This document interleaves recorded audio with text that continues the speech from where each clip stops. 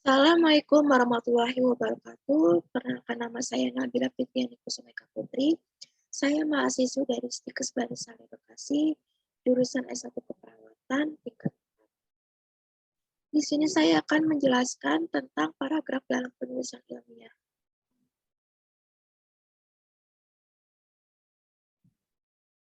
Paragraf adalah seperangkat atau sekelompok kalimat yang tersusun dari satu kalimat pokok dan beberapa kalimat penjelas. Definisi paragraf yaitu bagian yang berasal dari suatu karangan yang terdiri dari sejumlah kalimat yang isinya mengungkapkan satuan informasi atau kalimat dengan pikiran utama sebagai pengendaliannya dan juga pikiran penjelas sebagai pendukungnya. Sedangkan paragraf menurut ahli kebahasaan bernama Ramon merupakan bagian dari sebuah karangan yang di dalamnya terdapat lebih dari satu kalimat yang membahas suatu tema tertentu dengan ide pokok sebagai pengendalian.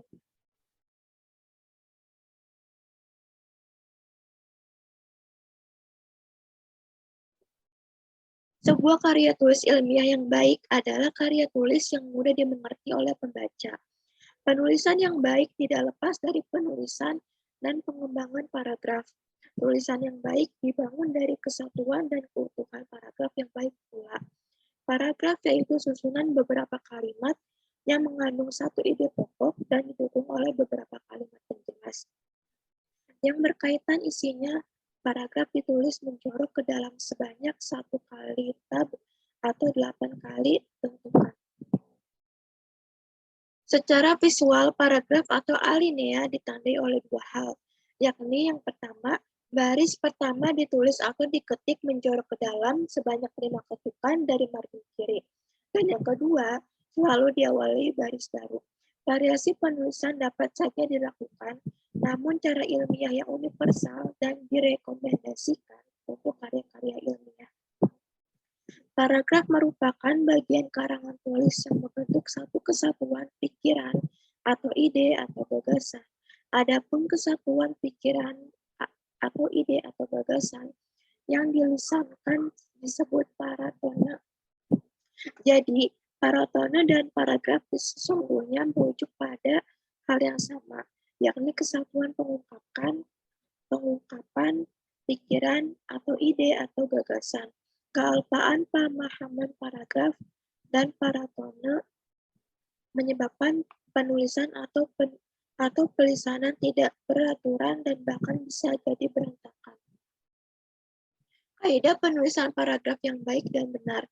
Kaidah paragraf yang digunakan dalam penulisan karya ilmiah adalah kaidah ejaan yang berlaku sekarang, yakni kaidah ejaan yang disempurnakan.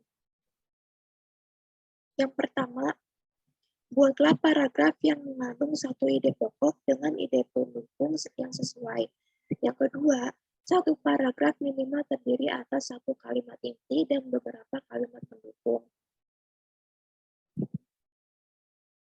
Jelaskan ide pokok tersebut dengan kalimat-kalimat efektif, serta menggunakan pilihan kata yang sesuai dan ditulis sesuai dengan kaidah IED.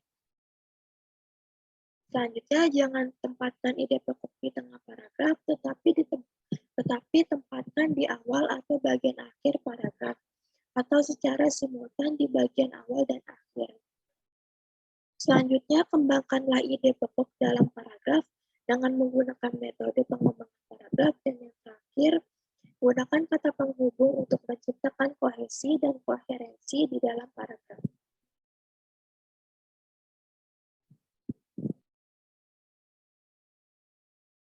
Struktur paragraf. Paragraf dibangun atas dua unsur utama, yakni kalimat topik dan kalimat penjelas.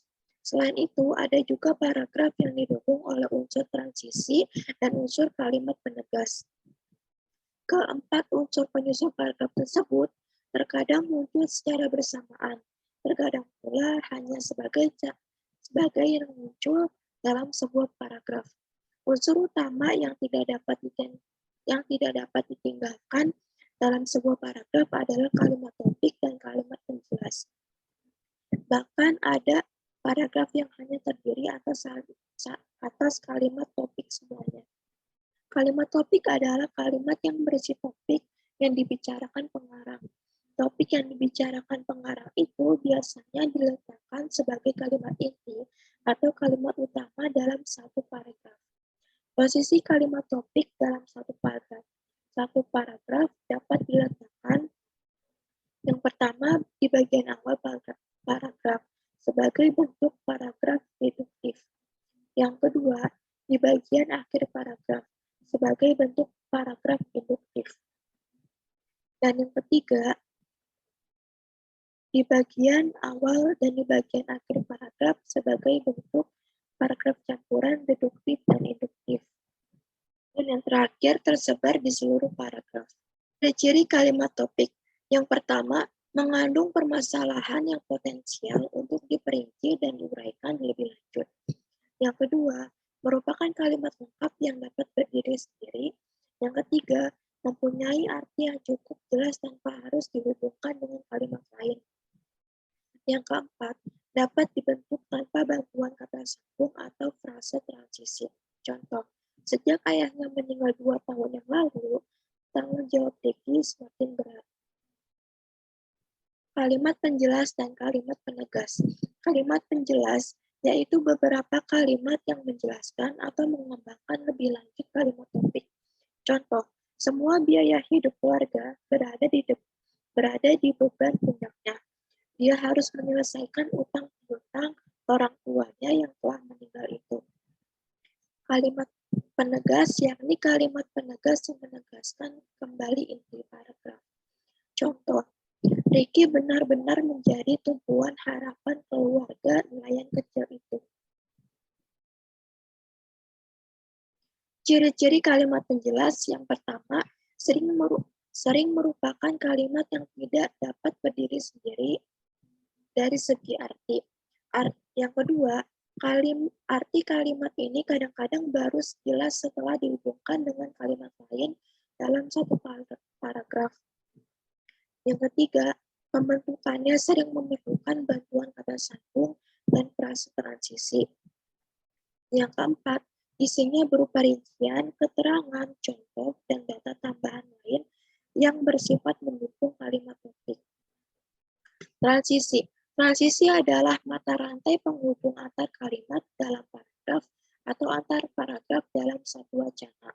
Transisi dapat berfungsi sebagai pengait antar kalimat dalam satu paragraf dan dapat pula berfungsi sebagai penghubung jalan pikiran dua paragraf yang berdekatan. Transisi dapat berupa kata atau kelompok kata atau frase. Transisi tidak harus ada dalam setiap paragraf.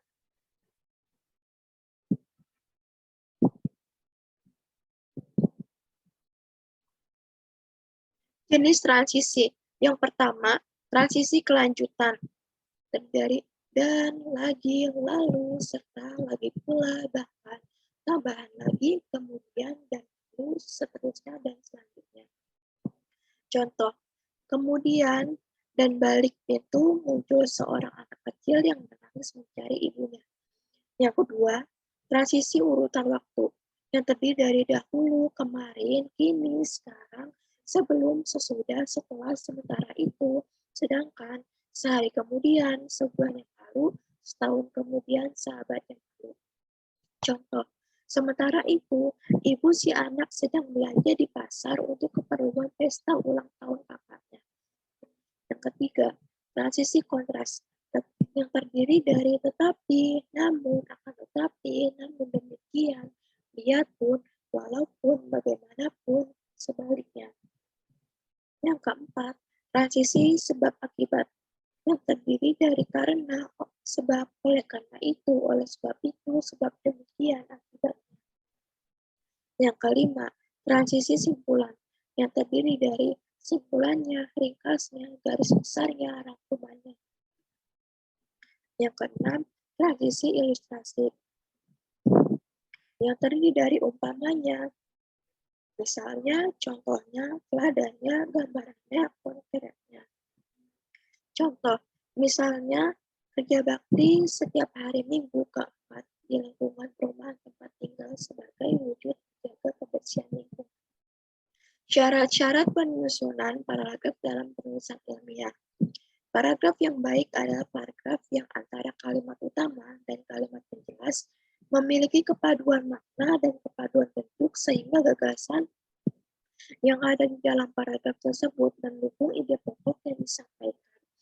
Syarat penyusunan paragraf yang baik harus memenuhi dua hal, yaitu yang pertama, kepaduan makna atau koherasi, yang kedua, kepaduan bentuk atau kohesif, serta ketepatan penalaran.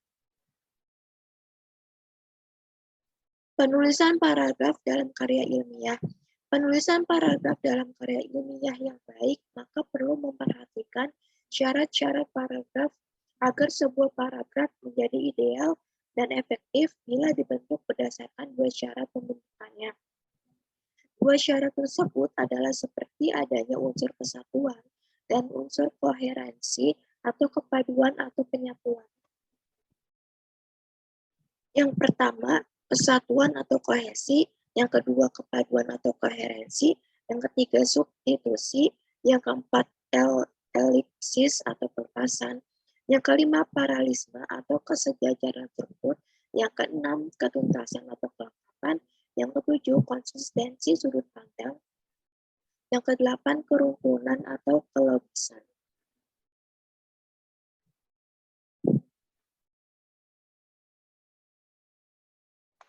Jenis-jenis paragraf. Jenis paragraf dapat dilihat berdasarkan tujuannya dan cara penyampaiannya. Berdasarkan hal tersebut, paragraf dibagi menjadi yang pertama narasi, yang kedua deskripsi, yang ketiga eksposisi, yang keempat argumentasi, yang kelima persuasi. Narasi. Paragraf narasi adalah paragraf yang memuat rangkaian kejadian yang disusun menjadi sebuah alur cerita yang biasanya memuat tokoh, tempat, dan waktu. Persuasi.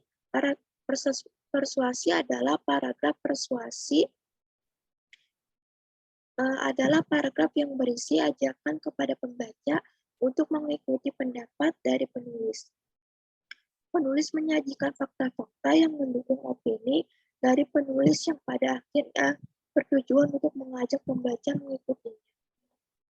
Deskripsi. Paragraf deskripsi adalah paragraf yang di dalamnya mengandung unsur menggambarkan secara detail objek yang diceritakan, sehingga pembaca dapat memperoleh gambaran yang nyata mengenai objek dan dapat merasakan kesan yang sama dengan penulis.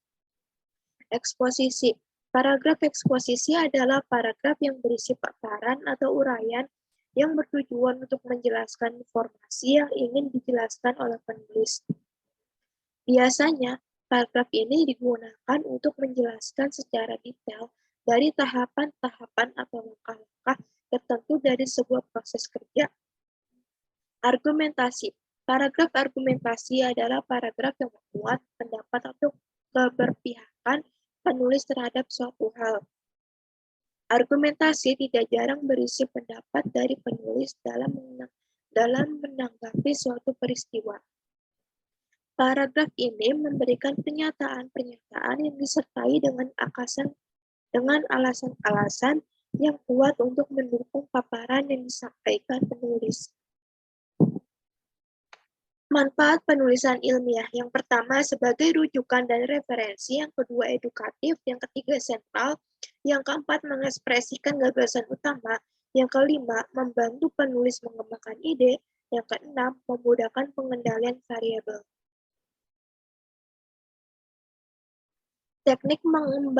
Teknik pengembangan paragraf. Yang pertama teknik alamiah.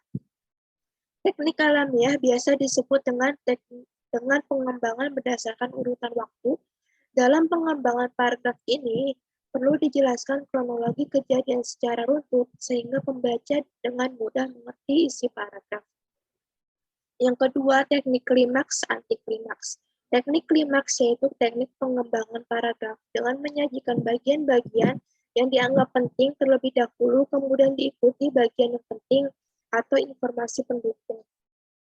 Yang ketiga, teknik perbandingan. Teknik perbandingan adalah teknik pengembangan paragraf yang menyajikan perbandingan dari apa yang sedang dibicarakan dengan objek lain. Paragraf ini biasanya menggunakan ungkapan seperti serupa dengan, akan tetapi, sedangkan, dan sementara itu. Yang keempat, teknik pertentangan. Teknik pertentangan adalah teknik pengembangan paragraf yang menyajikan dari apa yang sedang dibicarakan dengan objek lain. Paragraf ini biasanya juga menggunakan ungkapan-ungkapan, misalnya berbeda dari, bertentangan dengan, sedangkan, lain halnya dengan, akan tetapi, dan bertolak belakang dari. Yang kelima, teknik analogi. Teknik analogi adalah paragraf yang membandingkan apa yang sedang dibahas dengan hal lain yang lebih dikenal secara umum. Pengembangan analogi biasanya dilakukan dengan kiasan. Kata-kata yang digunakan yaitu ibaratnya seperti bagaikan. Teknik contoh-contoh. Teknik contoh-contoh yaitu teknik pengembangan paragraf dengan memberikan contoh-contoh yang lebih umum sehingga dapat dipahami oleh pembaca. Biasanya menggunakan kata seperti, misalnya, contohnya, yaitu.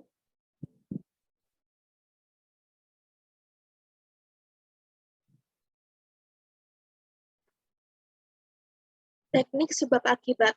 Teknik sebab-akibat yaitu teknik pengembangan paragraf dengan menerangkan suatu kejadian, baik itu dari segi sebab maupun akibat. Biasanya pengembangan paragraf ini menggunakan ungkapan padahal, akibatnya, oleh karena itu, dan karena. Teknik klasifikasi. Teknik klasifikasi yaitu pengembangan paragraf dengan menggunakan pengelompokan berdasarkan ciri-ciri tertentu. Unsur-unsur paragraf dalam penulisan karya ilmiah. Karya tulis ilmiah yang telah memenuhi unsur-unsur tersebut akan sangat mudah untuk dikembangkan menjadi paragraf yang lebih lengkap. Berikut adalah unsur-unsur yang harus dipenuhi dalam pengembangan karya tulis ilmiah. Yang pertama, unsur pertama yang harus terlebih dahulu disebut dalam paragraf karya tulis ilmiah adalah pikiran pokok atau pikiran utama. Referensi tertentu menyebutnya sebagai ide pokok atau ide utama.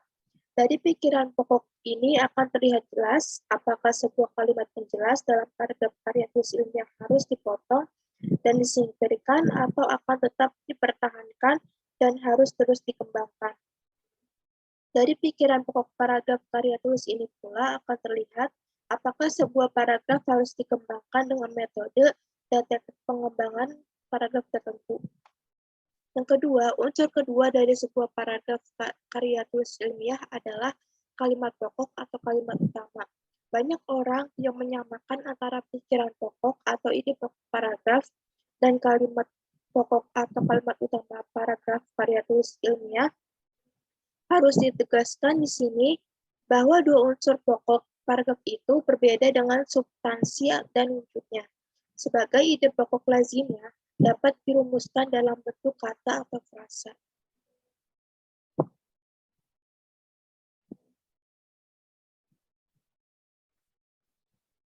Yang ketiga, unsur ketiga yang harus dipahami berkaitan dengan unsur-unsur paragraf karya tulis ilmiah ini adalah kalimat-kalimat penjelas. Literatur tertentu menyebut kalimat penjelas demikian ini sebagai supporting sentence, artinya kalimat-kalimat pendukung. Sesuai dengan sebutannya, kalimat-kalimat demikian ini bertugas untuk mendukung dan menopang keberadaan dari kalimat pokok atau topik sentence.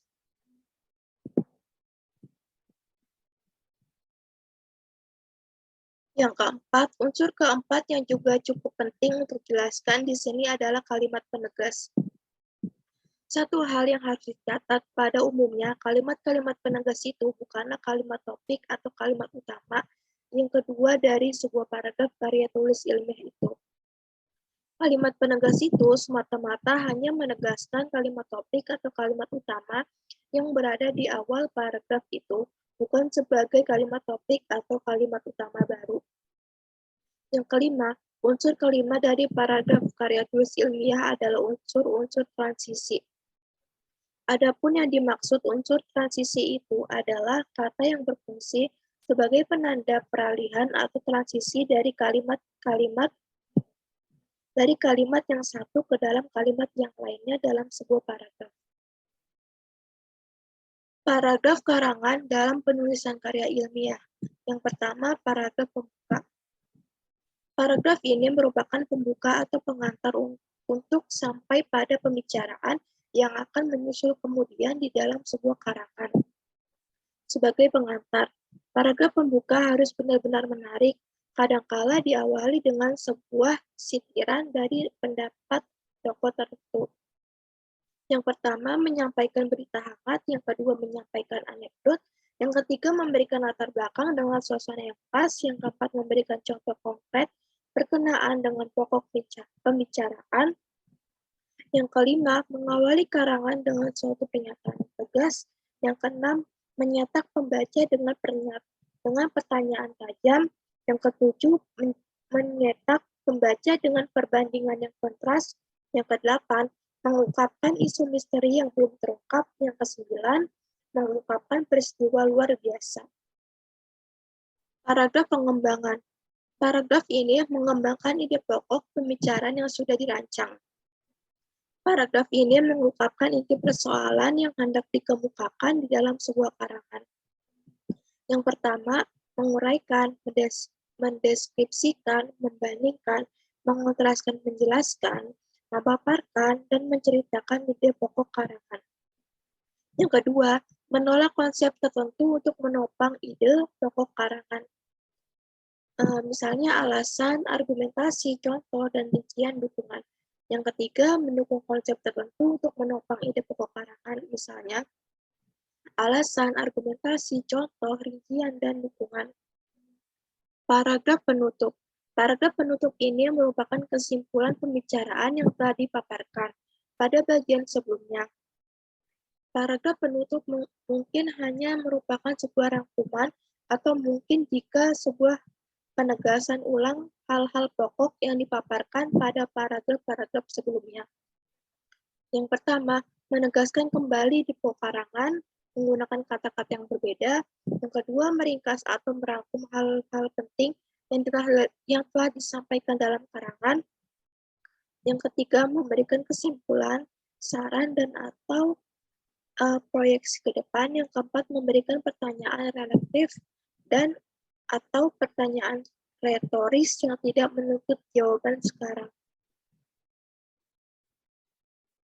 Terima kasih, sekian dari saya, kurang lebihnya mohon maaf. Wassalamualaikum warahmatullahi wabarakatuh.